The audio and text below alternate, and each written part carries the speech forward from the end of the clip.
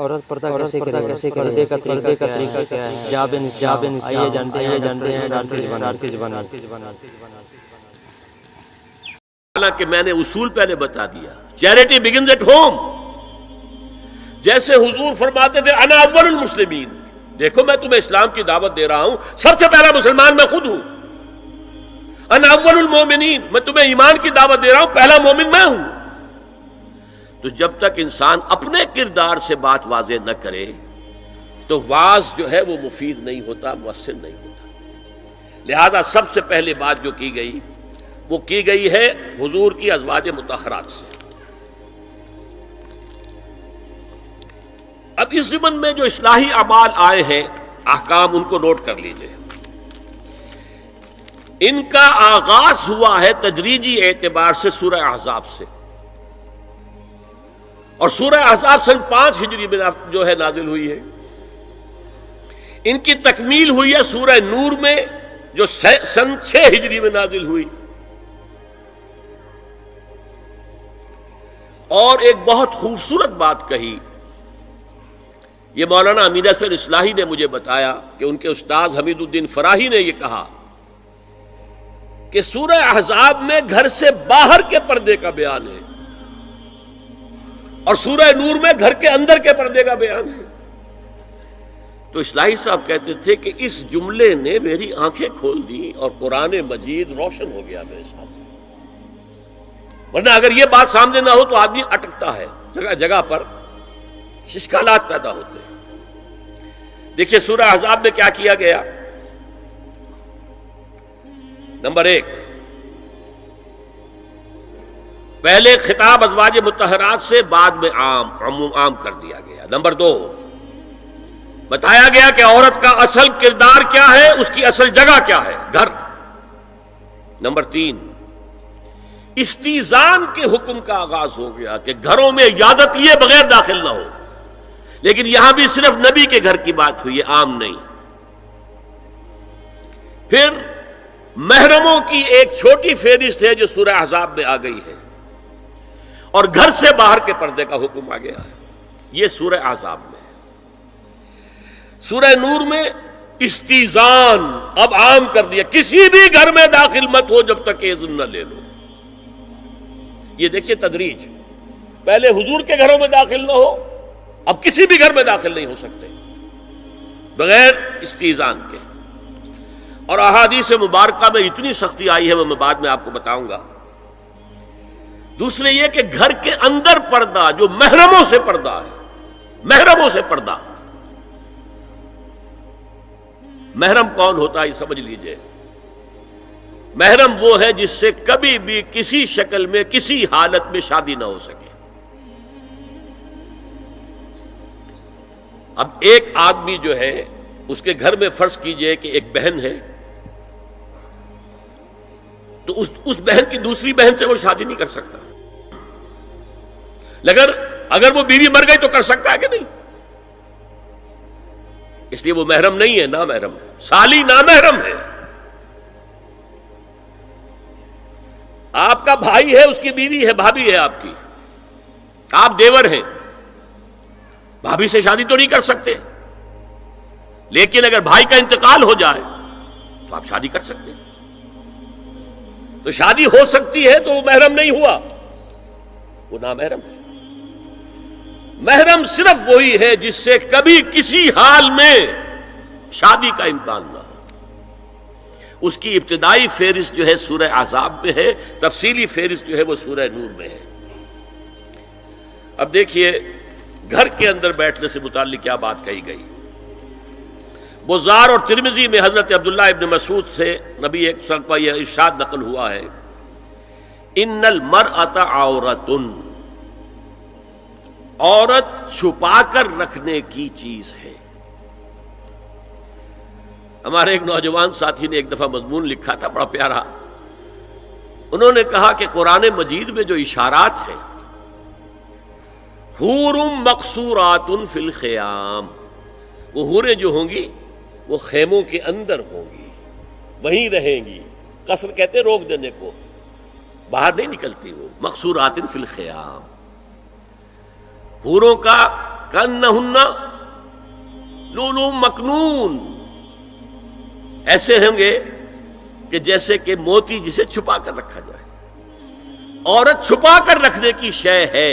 المرأۃ کلھا عورۃ، عورت کہتے ہیں اس کو ہے جسے چھپا کر رکھا جائے۔ ان المرأۃ عورۃ فاذا خرجت، جب وہ گھر سے نکلتی ہے، استشرفھا شیطان، اب شیطان جو ہے اس کو طاق میں رکھتا ہے۔ واقرب ما تکون برحمۃ ربھا وہی فی قعر بیتھا، وہ اپنے رب کی رحمت سے قریب ترین ہوتی ہے جبکہ اپنے گھر کے بھی کسی اندرونی حصے میں ہو۔ صحن میں ہوگی تو شاید ادھر ادھر کے کوٹھوں سے نظر پڑ جائے۔ اسی لیے فرمایا مردوں کے لیے مسجد میں نماز افضل 28 گنا، اور عورت کے لیے گھر کی نماز مسجد سے افضل، گھر کے صحن کی مسجد سے افضل، دالان کی صحن سے افضل، کمرے میں اس سے افضل، اور کمرے کی کوئی بغلی کوٹھڑی ہے تو اس میں سب سے افضل۔ یہ احادیث نبی اکرم صلی اللہ علیہ وسلم، مزاج ہے نا، اس سے بن رہا ہے، ایک معاشرت وجود میں آ رہی ہے۔ یہ ساری چیزیں کیوں آ رہی ہیں؟ اور سنیے، عبداللہ ابن احمد ابن حنبل نے زوائد الزہد میں اور ابن ابی شیبہ نے، ابن سعد نے اپنی کتابوں میں مسروق کی روایت نقل کی ہے کہ حضرت عائشہ جب تلاوت قرآن کرتے ہوئے اس آیت پر پہنچتی تھی وَقَرْنَ فِي بُيُوتِكُنَّ، تو بے اختیار رو پڑتی تھی۔ قرآن کہتا ہے اپنے گھروں میں رہو۔ حضرت عائشہ نے شہادت عثمان کے بعد باہر نکل کر لشکر کی قیادت کی، پھر ساری عمر افسوس رہا کہ میں نے غلط کام کیا۔ دیکھیے کیا معاملہ تھا، حضرت علی رضی اللہ تعالیٰ سے جنگ کی تھی، 10,000 آدمی ایک رات میں مرے، لیکن حضرت علی کا کردار کیا تھا؟ یہ نہیں کہ اب عائشہ شکست ہو گئی ہے تو لوڈی بنا لو، انا للہ و انا الیہ راجعون۔ اتنا احترام کیا ہے، مدینے کی چند عورتوں کو ساتھ دے کر بڑے احترام سے مدینے پہنچا دیا، وہاں کی عورتوں، کوفے کی عورتوں کو ساتھ دے کر، اور صرف یہ کہا کہ آپ کی یہ ذمہ داری نہیں تھی، آپ نے یہ ذمہ داری خام خواہ لے لی، صرف یہ، اور کچھ نہیں، کوئی ملامت نہیں۔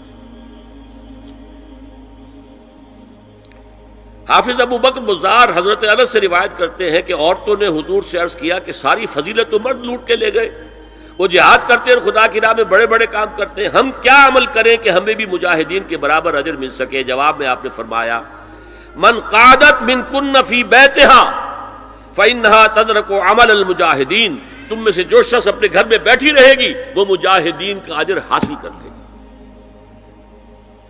یہ ایک ہوا کا رخ ہے، بتایا جا رہا ہے، یہ نظام ہے جس کو اس شکل میں دیا جا رہا ہے۔ اب میں چاہتا ہوں سورہ احزاب کی جو آیات ہیں ان کے حوالے سے کچھ باتیں جو حکمت دین کی ہیں اور بہت اہم ہیں وہ آپ کے سامنے آ جائیں۔ دیکھیے میں نے سب سے پہلے آیت پڑھی تھی لَقَدْ كَانَ لَكُمْ فِي رَسُولِ اللَّهِ أُسْوَةٌ حَسَنَةٌ، اے مسلمانوں تمہارے لیے اللہ کے رسول کی زندگی میں ایک بہترین نمونہ ہے، اسوہ حسنہ ہے۔ ایک بات اس میں غور طلب ہے، مردوں کے لیے تو اسوہ کامل ہے، مرد اگر سپہ سالار ہے تو اسوہ موجود ہے حضور کا، مرد اگر صدر ریاست ہے، خلیفہ ہے تو اسوہ موجود ہے رسول کا، کوئی قاضی القضات ہے تو اسوہ موجود ہے رسول کا، کوئی کسی مسجد میں خطیب ہے، امام ہے تو اسوہ موجود ہے، باپ کی حیثیت سے اسوہ موجود ہے، شوہر کی حیثیت سے اسوہ موجود ہے کہ نہیں؟ مردوں کی کوئی حیثیت ایسی نہیں جس کے لیے اسوہ حضور کی زندگی میں نہ ہو، لیکن ایک خلا ہے، عورت کی نسوانی زندگی کے لیے تو حضور کی زندگی میں کوئی اسوہ نہیں ہو سکتا، حضور مرد ہے۔ یہ ہے فلسفہ، یہ ہے حکمت دین، کہ جس صورت میں یہ آیت آئی لَقَدْ كَانَ لَكُمْ فِي رَسُولِ اللَّهِ أُسْوَةٌ حَسَنَةٌ لِمَنْ كَانَ يَرْجُو اللَّهَ وَالْيَوْمَ الْآخِرَ وَذَكَرَ اللَّهَ كَثِيرًا، اے لوگو، اے مسلمانوں، تمہارے لیے اللہ کے رسول کی زندگی میں ایک اسوہ کامل ہے، عمدہ اسوہ ہے، ہر اس شخص کے لیے جو اللہ کا امیدوار ہے اور یوم آخر کو بھی مانتا ہے اور اللہ کا ذکر کرتا ہے کثرت سے. اب اس خلا کو پر کیسے کیا جائے؟ حضور کی ازواج کو بنایا گیا اسوہ خواتین کے لیے، اور یہی ایک بہت سی اور بھی حکمتیں ہوں گی. ایک حکمت یہی تعدد ازدواج میں ہے، اور حضرت عائشہ کی اتنی کم عمر میں شادی کرنے میں ہے کہ دیر تک وہ امت کو پڑھاتی رہی، شوہر اور بیوی کے درمیان خالص پرائیویٹ معاملات کے اندر بھی ہدایت دیتی رہی. آخر وہ بھی انسان کی ضرورت ہے کہ نہیں؟ آپ کو معلوم ہے ایک مرتبہ بعض صحابہ نے آ کر کہا حضور یہ یہودی جو ہے ہم پر طنز کرتے ہیں کہ تمہارے نبی تمہیں بڑی چھوٹی چھوٹی باتوں کا حکم دیتے ہیں. آپ نے فرمایا کہ ہاں ہمارے نبی نے تو ہمیں استنجا کرنا بھی سکھایا. بجائے کسی کمپلیکس کے انفیریورٹی کے سپیریورٹی کی بات کرو. استنجا ضروری شے نہیں ہے، گندگی سے نجات پانا ضروری شے نہیں ہے، طہارت ضروری شے نہیں ہے. ہمارے نبی نے تو استنجا کرنا بھی سکھایا. تو تعلق زن و شو کون بتائے گا؟ حضور بتائیں گے کسی کو؟ ازواج کو ضرورت ہوتی ہے. بڑا مسئلہ ہے، روزے میں کہاں تک جا سکتا ہے انسان؟ آخر کون بتائے گا؟ ازواج مطہرات نے بتایا. تو اسوہ بنانے کے لیے دیکھیے یہ آیات آئی ہیں. یہ 3 آیتیں سورہ احزاب کی یوں سمجھیے کہ نچوڑ ہے اس مسئلے میں. یا نساء النبی لستن کاحد من النساء، اے نبی کی بیویوں تم عام عورتوں کے مانند نہیں ہو. تو کیا وہ عورتیں نہیں تھیں؟ عورتیں تو تھیں. کیا ان کے احساسات عورتوں والے نہیں تھے؟ وہ تو تھے. کیا بات ہے؟ تم نبی کی بیویاں ہو، تمہیں اسوہ بننا ہے. ان اتقیتن فلا تخضعن بالقول، اگر تمہیں واقعی اللہ کا تقوی اور خوف ہے تو کسی اجنبی سے اگر بات کرنے کی ضرورت پیش آ جائے تو اپنی آواز میں لوچ مت پیدا کرو. فَيَطْمَعَ الَّذِي فِي قَلْبِهِ مَرَضٌ، کہ جس شخص کے دل میں کوئی روگ ہے، گندگی ہے، وہ کوئی آس لگا بیٹھے کہ یہ جو مجھ سے گفتگو کر رہی ہیں، جس انداز میں کر رہی ہیں، جس لگاوٹ کے ساتھ کر رہی ہیں، تو کوئی نہ کوئی موقع ہے میرے لیے. اِنَّا لِلَّهِ وَإِنَّا إِلَيْهِ رَاجِعُونَ. کرخت آواز میں بات کرو. وَقُلْنَ قَوْلًا مَعْرُوفًا، اور معروف بات کہو. صرف اس سے آگے بڑھنے کی کوئی ضرورت نہیں. وَقَرْنَ فِي بُيُوتِكُنَّ وَلَا تَبَرَّجْنَ تَبَرَّجَ الْجَاهِلِيَّةِ الْأُولَىٰ، اور قرار پکڑو اپنے گھروں میں، وقار کے ساتھ رہو اپنے گھروں میں. تمہاری اصل جگہ گھر ہے، باہر نکلنا تمہارا کام نہیں ہے. ہاں ضرورت ہو سکتی ہے، اس کا بعد میں ذکر آ جائے گا، لیکن فلسفہ کیا ہے؟ عورت کی اصل جگہ اس کا گھر ہے. جو ڈیوٹیز کی تقسیم کر دی گئی ہے اللہ کی طرف سے، اس میں عورت کا اصل مقام اس کا گھر ہے. میں حدیث سنا چکا ہوں کہ جب گھر سے عورت نکلتی ہے تو شیطان تاکتا ہے اس کو، اور پھر ظاہر بات ہے کہ اس سے جو فتنے پیدا ہوتے ہیں وہ سب شیطان کے ذریعے سے ہوتے ہیں. وَلَا تَبَرَّجْنَ تَبَرُّجَ الْجَاهِلِيَّةِ الْأُولَىٰ، اور جو جاہلیت تھی، اسلام کے آنے سے پہلے کا جو دور تھا، اس میں جس طرح تم بند سمر کر اور لوگوں کی نگاہوں میں آنے کے لیے نکلتی تھی، اب وہ طریقہ اختیار نہ کرو. دیکھیے یہ بھی ایک بڑا نفسیاتی نکتہ ہے. مرد کے اندر قوت ہے، وہ اپنی قوت کا ظہور چاہتا ہے. کبھی جی چاہتا ہے دیوار کو کندھا دے مارے، راستہ چلتے کسی کو لگا کندھا. قوت ظہور چاہتا ہے. عورت کے پاس سب سے بڑا سرمایہ اس کا نسوانی حسن ہے. جسمانی طاقت تو نہیں ہے نا، اس کے اندر ایک ارج ہے کہ اپنے آپ کو ظاہر کرے. اس کا نام تبرج. بروج کہتے تھے ان برجیوں کو کہ جو فصیلوں کے اوپر ہوتی تھی. اور ظاہر بات ہے دور سے مسافر آ رہا تو پہلے تو برجی نظر آتی تھی نا، تو نگاہوں میں آنا، نگاہوں میں کھپنا، یہ تبرج ہے. تو تم جس طرح پہلے بناؤ سنگھار کر کے نکلا کرتی تھی، اور تبرج الجاہلیہ اب وہ چھوڑ دو. وَأَقِمْنَ الصَّلَاةَ وَآتِينَ الزَّكَاةَ، اور نماز قائم رکھو، زکوٰۃ ادا کرو. وَأَطِيعْنَ اللَّهَ وَرَسُولَهُ، اور اللہ اور اس کے رسول کی اطاعت پر کاربند رہو. اب آئے الفاظ جو اہم ترین ہیں، انما یرید اللہ لیذھب عنکم الرجس اہل البیت ویطہرکم تطہیرا۔ اے نبی کے گھر والیو، اللہ یہ چاہتا ہے کہ تم سے ہر طرح کی برائی، ہر طرح کی ناپاکی کو دور کر دے اور تمہیں پاک کر دے۔ پاک کرنا کر، خوب خوب خوب خوب، تطہیرا، یطہرکم تطہیرا۔ کیوں؟ تمہیں نمونہ بننا ہے، تمہیں اسوہ بننا ہے۔ یہ الفاظ اصل میں آئے ہیں قرآن مجید میں ازواج مطہرات کے بارے میں۔ سارا جملہ چل رہا ہے یا نساء نبی سے۔ ہمارے کچھ دوستوں نے اسو کہا ہے کہ اہل بیت سے مراد حضرت علی، حضرت فاطمہ، حضرات حسنین ہیں۔ وہ بھی حضور نے فرمایا، میں نے ایک ٹی وی مذاکرے کے اندر بھی جب کچھ حضرات یہ کہہ رہے تھے کہ اہل بیت تو اصل میں وہ ہیں، میں نے کہا نہیں، اصل میں بیویاں ہیں لیکن وہ بھی اہل بیت ہیں۔ حضور نے ایک چادر میں جب سمیٹا سب کو، تو یہ بھی اللہم ہؤلاء اہل بیت، یہ بھی میرے اہل بیت ہیں۔ سلمان منا اہل البیت، سلمان بھی ہمارے اہل بیت میں سے، جو جتنا قریب ہوا۔ لیکن قرآن میں یہ لفظ آتا ہے صرف بیویوں کے لیے، ازواج کے لیے۔ حضرت ابراہیم کے پاس جب فرشتے آئے تھے حضرت اسحاق کی ولادت کی خبر دینے کے لیے، تو جب حضرت سارہ نے سنا تو وہ آئیں اپنے دوہتر مارتی ہوئی اپنے پیشانی پر، آلد وانا عجوز وہذا بالی شیخا، کیا میں جنوں گی اب جبکہ میں بوڑھی پھونس ہو گئی ہوں اور میرا یہ شوہر جو ہے یہ بھی بڈھا پھونس ہے۔ 100 برس کی عمر تھی حضرت ابراہیم علیہ السلام کی، اور کتنی ہوگی اس کے آس پاس ہی ہوگی، 90-95 حضرت سارہ ہوگی۔ اس کو فرشتوں نے کہا تھا کہ کیا آپ اللہ کی رحمت سے مایوس ہو گئی؟ السلام علیکم وبرکاتہ اہل البیت، اے نبی کے گھر والی، اے نبی کے گھر والو، تم پر اللہ کی سلامتی ہو، رحمت ہو۔ تو اہل بیت کا لفظ قرآن میں 2 جگہ آیا ہے، یا حضرت سارہ کے لیے حضرت ابراہیم کی زوجہ، اور یا نساء النبی، تمہیں تو پاک کرنا ہے، پوری طرح پاک کرنا ہے، پوری طرح پاک کرنا ہے تاکہ تم اسوہ بن جاؤ۔ جو خلا ہے اسوہ محمدی میں صلی اللہ علیہ وسلم، وہ تمہارے ذریعے پورا کرنا ہے۔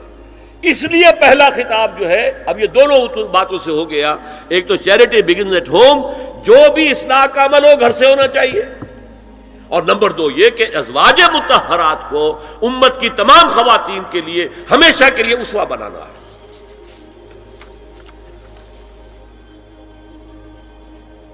اسی طریقے سے استیزان کا معاملہ بھی آیا ہے، لیکن وہ بھی صرف نبی کے گھروں تک آ رہا ہے۔ یا ایھا الذین آمنوا لا تدخلوا بیوت النبی حتی یؤذن لکم، اہل ایمان نبی کے گھروں میں داخل نہ ہوا کرو جب تک کہ اذن نہ دیا جائے۔ یہ پرائیویسی، گھر کی پرائیویسی، اس پر میں تفصیل سے بعد میں بات کروں گا، چونکہ تفصیل اس کی آئی ہے سورہ نور میں۔ میں نے عرض کیا نا، ان احکام کا آغاز ہوا، جیسے شراب کی حرمت، آغاز سورہ بقرہ، پھر سورہ نساء، پھر سورہ مائدہ۔ اسی طرح اس کا اختتام جو ہوا ہے وہ سورہ نور میں ہے۔ تو مت داخل ہوا کرو، اور اس کے بعد فرمایا وَإِذَا سَأَلْتُمُوهُنَّ مَتَاعًا فَاسْأَلُوهُنَّ مِنْ وَرَاءِ حِجَابٍ، اور دیکھو اگر نبی کی بیویوں سے کوئی چیز مانگنی ہو تو پردے کی اوٹ سے مانگو۔ یہ حجاب کا لفظ آیا ہے، جس کو کہا جاتا ہے کہ حجاب کا کوئی حکم قرآن میں ہے ہی نہیں۔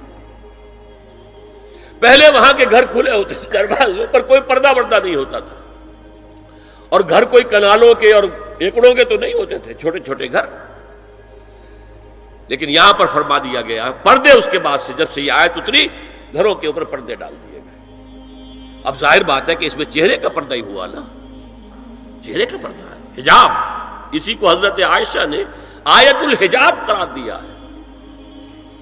اور پھر دیکھیے جو ریئلزم ہے، ریئلزم میں نے کہا تھا نا کہ اللہ نے بھی فرمایا کہ سب سے زیادہ محبت انسان میں عورت کی ہے، حب زین للناس حب الشہوات من النساء، اور پھر اس کے بعد لمبی فہرست۔ حضور نے فرمایا حبب الی النساء والطیب، یہاں بھی فرمایا گیا ذالکم اطہر لقلوبکم وقلوبہن، یہ زیادہ پاکیزہ بات ہوگی تمہارے دلوں کے لیے بھی اور ان کے دلوں کے لیے بھی۔ اگر نبی کی بیوی بے حجاب تمہارے سامنے آ جائے گی تو وہ نبی کی بیوی ہے اور ازواج مطہرات ہونے کی حیثیت سے تمہاری ماں بھی ہے، لیکن ایک عورت بھی تو ہے،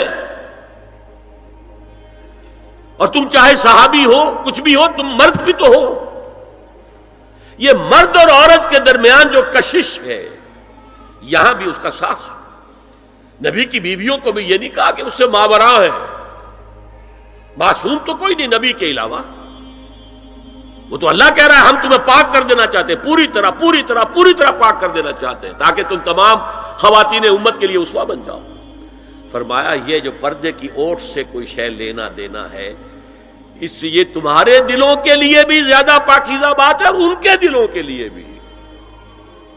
یہ ہے اللہ تعالی کا حکم سورہ احزاب کے اندر۔ اس کے بعد اسی سورہ احزاب میں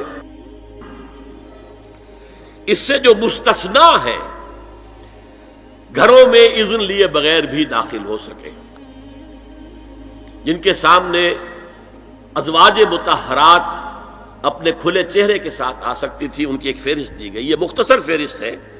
لا جناح علیہن فی آبائہن ولا ابنائہن ولا اخوانہن ولا ابناء اخوانہن ولا ابناء اخواتہن ولا نسائہن ولا ما ملکت ایمانہن واتقین اللہ ان اللہ کان علی کل شیء شہیدا۔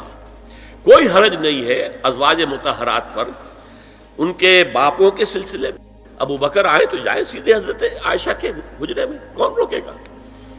اور بیٹوں کے اور ان کے بھائیوں کے اور ان کے بیٹوں کے بھائی بھتیجے اور ان کی بہنوں کے بیٹے یعنی بھانجے، ولا نسائہن، نسائہن اس کو میں چاہتا ہوں نوٹ کریں آپ، اپنی عورتیں، جان پہچان کی عورتیں، اجنبی عورتیں نہیں۔ اس پر مزید گفتگو ہوگی سورہ نور کے حوالے سے۔ ولا ما ملکت ایمانہن، اور جو ان کے ملک یمین ہیں، ان میں ایک رائے یہ ہے کہ مراد صرف باندیاں ہیں اور ایک مراد یہ ہے کہ اس میں مرد غلام بھی شامل ہیں۔ ایک رائے یہ ہے کہ مرد غلام جب تک کہ ابھی وہ بالغ نہ ہو، بچہ ہو۔ بہرحال یہ آراء ہے علیحدہ۔ واتقین اللہ ان اللہ کان علی کل شیء شہیدا، اور اللہ کا تقوی اختیار کرو، یقیناً اللہ ہر چیز کو دیکھ رہا ہے۔ اب آئیے سورہ نور کی طرف۔ اب میں یہاں پر سورہ نور میں آغاز جو ہوا ہے سورہ نور کا، وہ سب کو معلوم ہے۔ زنا کی کیا حد ہے، سزا کیا ہے؟ غیر شادی شدہ زانی یا زانیہ، اس کی سزا 100 کوڑے، اور اگر کوئی الزام لگائے اور ثبوت پیش نہ کر سکے، 4 گواہ نہ لا سکے، تو قذف کی حد کیا ہے؟ 80 کوڑے۔ اس کے بعد اصل میں جو زنا کا سد باب کرنے کے لیے احکام ہے وہ آئے ہیں۔ چنانچہ اس میں سب سے پہلے کیا ہوا؟ استیزان کا حکم بڑی تفصیل کے ساتھ آیا، بہت تفصیل کے ساتھ آیا۔ یا ایھا الذین آمنوا لا تدخلوا بیوتا غیر بیوتکم حتی تستأنسوا وتسلموا علی اہلها ذالکم خیر لکم لعلکم تذکرون۔ اہل ایمان مت ہرگز مت داخل ہو اپنے گھروں کے علاوہ کسی اور گھر میں جب تک کہ تم ان کے ساتھ مانوس نہ ہو جاؤ، اذن نہ لے لو، ان پر سلام نہ کرو، یہی تمہارے لیے خیر بہتر ہے۔ اس کے بعد تفصیل آئی ہے، اس میں میں اس وقت نہیں جا رہا ہوں۔ اور جو لوگ اس پر عمل نہیں کرتے ان کے بارے میں قرآن مجید کیا کچھ، حضور کیا کچھ فرما رہے ہیں یہ آپ سن لیجئے، بہت سخت احکام ہے۔ عن ابی ہریرہ رضی اللہ عنہ ان رسول اللہ صلی اللہ علیہ وسلم قال لو ان امرأ اطلع علیک بغیر اذن فخذفته بحشاة ففقعت عینہ ما کان علیک من جناح، متفق علیہ، بخاری اور مسلم دونوں کی ہے۔ اگر کوئی شخص تمہارے گھر میں بغیر اجازت کے داخل ہو جائے اور تم اس کی سزا کے طور پر اس پر کنکریاں پھینکو اور اس کی آنکھ پھوٹ جائے کنکری سے، تو تم پر کوئی گناہ نہیں ہے۔ بغیر اجازت کے گھر میں آ گیا ہے، بغیر اذن کے، بغیر استئذان کے کنکریاں مارو اور کنکری سے آنکھ پھوٹ جائے، فما کان علیک من جناح، کوئی حرج نہیں۔ اسی طرح آیا ہے من اطلع دار قوم بغیر اذنہم ففقعوا عینہ فقد حضرت عینہ، یہ ابو داؤد کی روایت ہے. جو شخص بغیر اذن لیے کسی کے گھر میں داخل ہوا ہے اور اگر اس نے اس کی آنکھ پھوڑ دی تو اس کے اوپر کوئی ہرجانہ نہیں ہے، کوئی اس کی دیت نہیں، کوئی ہرجانہ نہیں. اجازت لینے کے ضمن میں کیا ہے؟ حضور نے طریقہ بتایا. 3 مرتبہ پکارنے کی حد مقرر کر دی اور فرمایا اگر تیسری مرتبہ پکارنے پر بھی جواب نہ آئے تو واپس ہو جاؤ. قرآن میں بھی ہے اذا قیل لکم ارجعوا فارجعوا، اگر تو وہ کہتے چلے جاؤ، ملاقات نہیں ہو سکتی، چلے جاؤ. ہاں اگر آپ ٹائم لے کر آئے ہیں تب بات دوسری ہے، پھر تو اس کو ملنا ہے. لیکن آپ ایسے ہی پہنچ گئے ہیں، پتہ نہیں وہ اپنی کس مصروفیت میں ہے، آپ کا حق نہیں ہے کہ وہ آپ کو ریسیو کرے اور آپ سے بات کرے. اذا قیل لکم ارجعوا فارجعوا. اور برا نہ مانو کہ میرا یہ معاملہ کیا، میں آیا تھا اور مجھے جو ہے مجھ سے ملاقات نہیں کی، نہیں. اور اس سلسلے میں ایک بڑا دلچسپ واقعہ ہے. ایک مرتبہ آپ حضرت سعد ابن عبادہ کے ہاں گئے اور السلام علیکم ورحمۃ اللہ کہہ کر 2 دفعہ اجازت طلب کی، مگر اندر سے جواب نہ آیا. تیسری مرتبہ جواب نہ ملنے پر آپ واپس ہو گئے. حضرت سعد اندر سے دوڑ کر آئے اور عرض کیا یا رسول اللہ میں آپ کی آواز سن رہا تھا مگر میرا جی چاہتا تھا کہ آپ کی زبان مبارک سے میرے لیے جتنی بار بھی سلام و رحمت کی دعا نکل جائے اچھا ہے. تیسری مرتبہ بھی آپ کہیں. پھر دوڑ کر آئے اور لپٹ گئے حضور سے صلی اللہ علیہ وسلم. یہ ہے استیزان کا معاملہ. اب آ رہی ہے اصل آیت. قل للمؤمنین یغضوا من ابصارہم ویحفظوا فروجہم ذالک ازکی لہم ان اللہ خبیر ما یصنعون. وقل للمؤمنات یغضضن من ابصارہن ویحفظن فروجہن ولا یبدین زینتہن الا ما ظہر منہا وَلْيَضْرِبْنَ بِخُمُرِهِنَّ عَلَى جُيُوبِهِنَّ وَلَا يُبْدِينَ زِينَتَهُنَّ إِلَّا لِبُعُولَتِهِنَّ أَوْ آبَائِهِنَّ أَوْ آبَاءِ بُعُولَتِهِنَّ أَوْ أَبْنَائِهِنَّ أَوْ أَبْنَاءِ بُعُولَتِهِنَّ أَوْ إِخْوَانِهِنَّ أَوْ بَنِي إِخْوَانِهِنَّ أَوْ بَنِي أَخَوَاتِهِنَّ أَوْ نِسَائِهِنَّ أَوْ مَا مَلَكَتْ أَيْمَانُهُنَّ أَوِ التَّابِعِينَ غَيْرِ أُولِي الْإِرْبَةِ مِنَ الرِّجَالِ أَوِ الطَّفْلِ الَّذِينَ لَا يَظْهَرُوا عَلَى عَوْرَاتِ النِّسَاءِ وَلَا يَضْرِبْنَ بِأَرْجُلِهِنَّ لِيُعْلَمَ مَا يُخْفِينَ مِنْ زِينَتِهِنَّ وَتُوبُوا إِلَى اللَّهِ جَمِيعًا أَيُّهَا الْمُؤْمِنُونَ لَعَلَّكُمْ تُفْلِحُونَ. یہ لمبی آیت ہے. اہل ایمان، اے نبی کہہ دیجئے اہل ایمان مردوں سے اپنی نگاہیں نیچی رکھا کریں اور اپنی شرمگاہوں کی حفاظت کریں.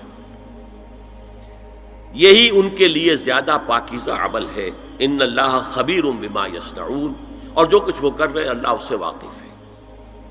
وقل للمؤمنات یغضضن من ابصارہن، اور مومن عورتوں سے بھی کہہ دیجئے کہ وہ اپنی نگاہیں جو ہیں نیچی رکھا کریں. ویحفظن فروجہن، اپنی شرمگاہوں کی حفاظت کریں.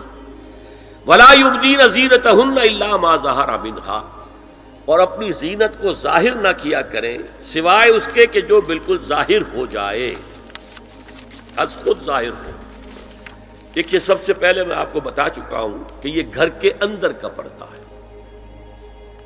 نگاہیں نیچی رکھنا گھر کے مرد بھی اور گھر کی عورتیں بھی.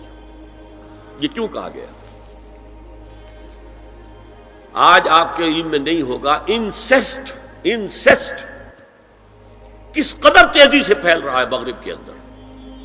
انسیسٹ کہتے ہیں باپ کا اپنی بیٹی سے ملوث ہو جانا، ماں کا اپنے بیٹے سے ملوث ہو جانا، بہن بھائیوں کا آپس میں زناکاری کرنا، یہ انسیسٹ کہلاتا ہے. اس وقت امریکہ میں سب سے زیادہ جو پریکٹس ہے وہ سائیکیٹرسٹ کی ہے. بڑی فیسیں ہیں، بڑی دوائیں ہیں. جو فارماسیوٹیکل انڈسٹری ہے اس میں بھی سب سے زیادہ فلرشنگ وہ دوائیں ہیں کہ جو ذہنی امراض کی. اور مجھ سے وہاں کئی سائیکیٹرسٹ نے کہا ذہنی امراض کا سب سے بڑا سبب انسیسٹ ہے. بیٹی سے زنا کیا باپ نے، بیٹی کے دل پر جو داغ لگ گیا ہے اس کا دماغی توازن ٹھیک نہیں رہتا. بہن سے زنا کیا بھائی نے، اور یہ نہ سمجھیے کہ آپ کے ہاں نہیں ہو رہا، یہ وبا آ چکی ہے. کہیں آپ نے اخبار میں پڑھا ہوگا بیٹی نے جا کر تھانے میں خبر دی کہ باپ نے میرے ساتھ یہ حرکت کی. یہ ساری چیزیں آج ہو رہی ہیں ہمارے یہاں. اس لیے کہ جب زنا کے جو دواعی ہیں، داعیات ہیں، جو زنا کی ترغیب ہے وہ پھیلی ہوئی ہوگی، عام ہوگی، تو راستے نکالے گا۔ گھروں میں مرد بھی اپنی نگاہیں نیچی رکھیں۔ کیا مطلب؟ باپ بھی اپنی بیٹی کو گھور کر نہ دیکھے۔ بیٹی بیٹی ہے، لڑکی ہے۔ جوان بھائی بھی اپنی جوان بہن کو گھور کر نہ دیکھا۔ نگاہیں نیچی رکھو۔ یہ نگاہیں نیچی رکھنا بازار میں چلتے ہوئے نہیں ہے، وہ تو سوسائڈ ہو جائے گی، موت آ جائے گی، کوئی گاڑی آپ کو روک دے گی۔ یہ گھر کے اندر ہے، اور اس لیے ہے کہ بہرحال باپ مرد ہے، بیٹی عورت ہے۔ میں نے آپ کو فرائیڈ کی بات بتا دی ہے، وہ تو کہتا ہی ہے کہ باپ اگر محبت بھری نگاہ بیٹی پر ڈال رہا ہے، اس میں سیکس ہے، سیکس کا جذبہ ہے۔ اگر ماں بیٹے پر محبت بھری نگاہ ڈال رہی ہے تو سیکس ہے، ایڈیپس کمپلیکس مشہور ہے اس کا۔ لیکن اپنی جگہ یہ ہے کہ باپ مرد ہے، بیٹی عورت ہے، بھائی مرد ہے، بہن عورت ہے۔ لہذا گھروں کے اندر بھی اپنی نگاہوں کو نیچا رکھو۔ میں آپ کو قول سنا چکا ہوں مولانا فراہی کا۔ اصلاحی صاحب نے کہا، جب مولانا فراہی نے مجھ سے یہ کہا کہ اصل میں سورہ احزاب میں گھر کے باہر کا پردہ ہے اور سورہ نور میں گھر کے اندر کا پردہ ہے، تو کہتے میری آنکھیں کھل گئیں اور چابی مل گئی، کلید مل گئی ان آیات کو سمجھنے کی، ان کی اصل پس منظر کو، حقیقت کو جاننے کا راستہ کھل گیا۔ تو یہ جو ہے غض بصر، یہ باہر کے لیے نہیں ہے، یہ گھر کے اندر کے لیے ہے۔ بیٹی کا آخر جوان ہو رہی ہے، اس کے سینے کے اوپر کچھ غبار آ رہا ہے، اس کو گھور کر مت دیکھو، مت دیکھو، نگاہیں نیچی کرو۔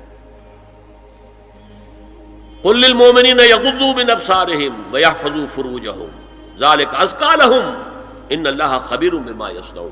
نوٹ کر لیجئے کہ یہ کہاں ہو رہا ہے؟ گھر میں داخلے کے بعد۔ گھر میں داخلہ اجازت سے، اور داخلہ ہوگا صرف محرموں کا۔ گھر کے اندر جو ہے وہ نامحرم تو نہیں آئے گا، یہ میں آگے بیان کر رہا ہوں۔ وَقُلْ لِلْمُؤْمِنَاتِ يَغْضُضْنَ مِنْ أَبْصَارِهِنَّ وَيَحْفَظْنَ مِنْ فُرُوجِهِنَّ، اور کہہ دیجئے مومن عورتوں سے بھی کہ وہ بھی اپنی نگاہیں جھکا کر رکھیں اور اپنی شرمگاہوں کی حفاظت کریں۔ وَلَا يُبْدِينَ زِينَتَهُنَّ إِلَّا مَا ظَهَرَ مِنْهَا۔ اس ٹکڑے پر بڑا قیل و قال ہے جدید مفکرین اور جدید دانشوروں نے کہ وہ اپنی زینت ظاہر نہ کرے سوائے اس کے جو خود ظاہر ہو جائے۔ وہ کہتے ہیں اس میں چہرہ بھی شامل ہے، اور جب چہرہ شامل ہے تو اس کا مطلب چہرے کا پردہ نہیں ہے۔ لا حول ولا قوت الا باللہ۔ آپ کو بہت سے حضرات نے وہ پڑھی ہوگی بحث جو جنگ میں ہو گئی تھی۔ ایک صاحب وہ انسٹیٹیوٹ آف پالیسی اسٹڈیز، اس کے اسکالر ہیں، ریسرچ کو انہوں نے لکھ دیا کہ الا ما ظہر منہا میں چہرہ ظاہر ہے، شامل ہے، لہذا پردہ نہیں ہے۔ اور ارشاد احمد حقانی صاحب نے بھی زوردار اس کے اوپر جو ہے وہ تائید لکھ دی، اور گویا کہ کہا کہ اب تو مسئلہ ہی طے ہو گیا۔ جب ایک ریسرچ اسکالر کہہ رہا ہے تو یہ مولوی ملاٹے جو کہتے پڑھتے ہیں کہ یہ عورت کا جو چہرے کا پردہ ہے، یہ تو بات ختم ہو گئی۔ The matter is کلچڈ۔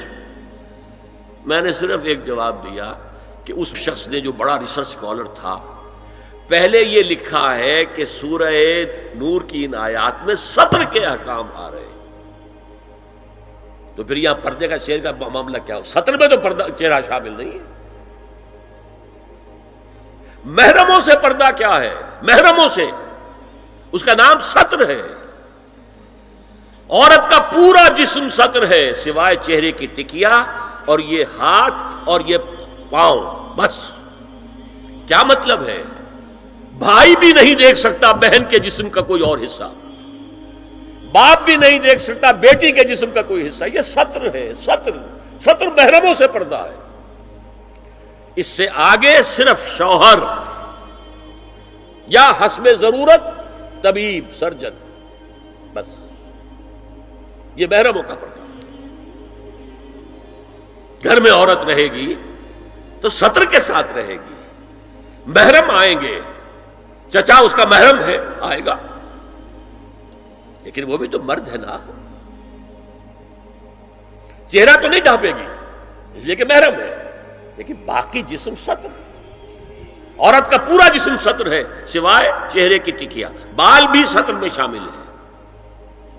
سر پر وہ سکارف جو آج کل بنا ہوا ہے بہت بڑا مسئلہ، انہوں نے چہرے کو نکال دیا، صرف سکارف سمجھا ہوا پر حجاب کہتے ہیں، حالانکہ وہ حجاب پورا تو نہ ہوا، وہ صرف ایک حصہ ہے، لیکن ایک حصہ صحیح ہے، سر کے بال جو ہے وہ چھپے ہونے چاہیے، یہ ستر میں شامل ہے۔ چہرے کی ٹکیا ہے جو ستر سے باہر ہے، ہاتھ ہے پونچوں سے باہر، اور پیر ہے ٹخنوں سے نیچے، بس اللہ اللہ خیر سے۔ تو فرمایا ما ظہر منہا من زینتہن میں الا ما ظہر منہا میں کیا کیا چیزیں آ سکتی ہیں؟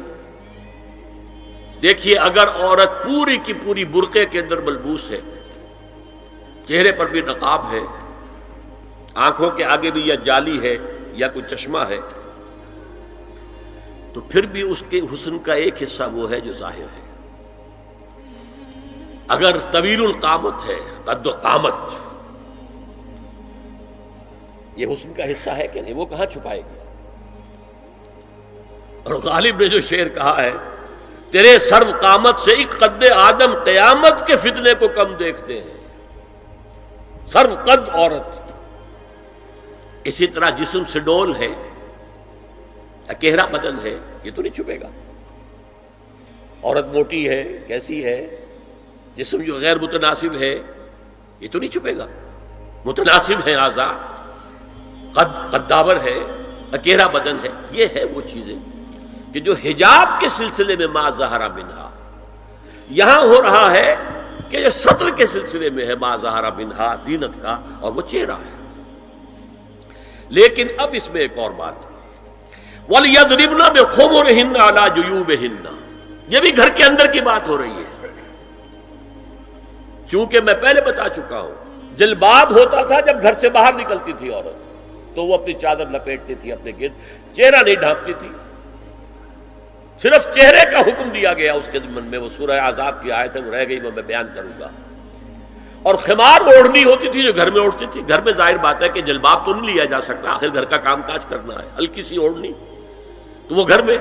لیکن فرمایا وَلْيَضْرِبْنَ بِخُمُرِهِنَّ عَلَى جُيُوبِهِنَّ، اور انہیں چاہیے کہ اپنی اوڑھیوں کے، بکل اوڑھنیوں کے اپنے سینوں کے اوپر، گریبانوں کے اوپر بھی مار لیا کریں، تاکہ یہ سینے کے جو ابھار ہیں ان کو ایک ایڈیشنل کور مل جائے۔ دیکھیے سطر کا تقاضے کیا ہے، گن لیجئے۔ لباس نبیز ہونا چاہیے، باریک نہیں۔ حضور نے فرمایا اللہ کی لعنت ہو ان پر جو لباس پہن کے بھی ننگی ہوتی ہے۔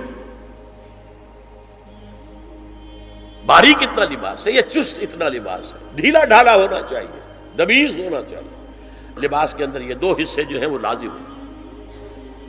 اور پھر سینے پر، اب ظاہر بات ہے کرتا پہنا ہوا ہے، ڈھیلا ڈھالا ہے، پھر بھی یہ سینے کے ابھار تو ظاہر ہو جائیں گے۔ ان پر ایک اضافی اوڑھنی سر پر سے لے کر اور اپنے اس گریبان کے اوپر بکل مار لینا، تاکہ یہ جو نسوانی حسن کا دوسرا مظہر ہے، پہلا چہرہ سب سے بڑا چہرہ۔ اب جو لوگ کہتے چہرے کا پردہ نہیں ہے، تو خدا کے بندو پھر پردے کی ضرورت کیا ہے؟ نسوانی حسن اگر اس میں اٹریکشن ہے، وہ کہاں ہوتا ہے سب سے بڑھ کر؟ مظہر اول کون سا ہے نسوانی حسن کا؟ چہرہ ہی تو ہے۔ اب میں ذرا شرم کے ساتھ کہہ رہا ہوں، لیکن یہ اپنی شاعری کے کچھ الفاظ آپ کو سنا رہا ہوں۔ یہ لب لعلین کہاں ہوتے ہیں؟ چہرے پر ہوتے ہیں یا کہیں اور ہوتے ہیں؟ یہ عارض گلگوں یہ کہاں ہوتے ہیں؟ چہرے پر ہوتے ہیں یا کمر میں لگے ہوتے ہیں؟ یہ چاہے زقن، تھوڑی میں اگر کچھ کھڈا پڑا ہوا ہو، چاہے زقن، یہ تعریفیں جو شاعری میں ہوتی ہیں، یہ کہاں ہوتا ہے؟ یہ مشگاں کے تیر یہ کہاں ہوتے ہیں؟ یہ نرگسی آنکھیں یہ کہاں ہوتی ہیں؟ اور ستواں ناک یہ کہاں ہوتی ہے؟ چہرہ ہی تو ہے نا، سب سے بڑی اٹریکشن تو چہرہ ہے۔ اسی کو نہ چھپایا تو پھر اور کیا چھپایا؟ ہاں دوسری چیز، چھاتی کے ابھار بہت اٹریکٹیو ہوتے ہیں انسان کے لیے۔ اس کے لیے یہ ہے کہ وَلْيَضْرِبْنَ بخبرہن علی جیوبہن، کرتا بھی دبیز کپڑے کا ہو، کرتا جو ہے ڈھیلا ڈھالا بھی ہو، شلوار اور دبیز تر کپڑے کی ہو، ڈھیلی ڈھالی ہو، اور اوڑھنی کا بکل جو ہے اپنے سینے پر مار لیا جائے۔ اب اس کے بعد فرمایا وَلَا يُبْدِينَ زِينَتَهُنَّ إِلَّا لِبُعُولَتِهِنَّ۔ اب یہاں یہ زینت کا لفظ آ رہا ہے چہرے کے لیے، اور چہرے ہی میں کچھ سنگھار بھی ہوتا ہے، کچھ سرما لگایا ہوا ہے، فرض کیجئے کسی اور طرح کا کوئی زیور پہنا ہوا ہے، گلے میں پڑا ہے، کانوں میں بندے ہیں وغیرہ وغیرہ، یہ زینت چہرہ اور اس کے ساتھ کوئی بناؤ سنگھار کا معاملہ، جس کی کہ حضور صلی اللہ علیہ وسلم نے تلقین کی ہے۔ عورت کو گھر میں بن سنور کر رہنا چاہیے، شوہر کے لیے ایٹریکٹیو رہنا چاہیے، خاص طور پر شوہر جب آنے والا ہے شام کو دفتر سے، اس وقت عورت جو ہے بن سنور کر رہے ہیں، اس لیے کہ اصل مقصد کیا ہے، جتنی بھی انسان میں سیکشول انرجی ہے وہ مرکوز رہے شوہر اور بیوی کے درمیان، یہ فلسفہ ہے۔